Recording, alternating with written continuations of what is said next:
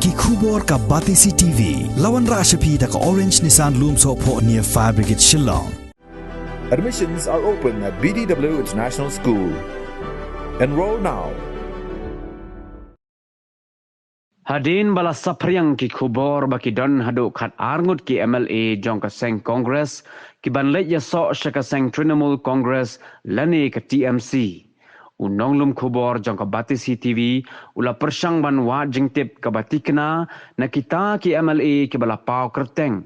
Bad haga ban ningkong layo ban yakren bad uzenit sangma bad ulayatho baki don prangut na rilom garo bad saungut na rilom khasi bad jentia.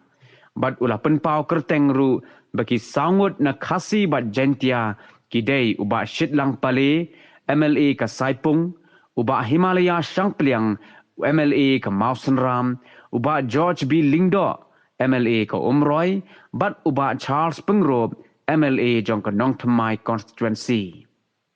Ban pentikna yakani unong lum khubor ulah persang ban phone syakitai ki sangut ki MLA bad haga jingya keren bad uba Himalaya Shangpliang ula pentikna ba Dr. Mukul Sangma ula lait ban yakendo ya ulampang jong ka yeng dorbar thawan uba medba lingdo bad lasai ka sngi ka arpusan tarik ubnai naiweng arhajar arpuwei kin keren chikinong tho khubor.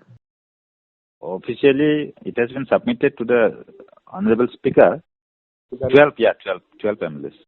So, pertaining to this, official press briefing will be done tomorrow at 1 o'clock, Hotel Pinewood.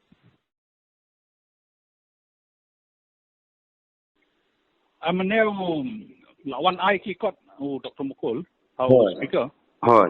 The detailed briefing and I let's actually. Tama yang mentah tinggi lala mentah mi ba pila day way nagi pedang kita gi MLA balik TMC. Ami day ni don sa saungut na kathan khasi jendia. Hai ma phi ba shit. Badu Charles Pengrob. Ba silang pale. Silang pale Charles Pengrob. Ha.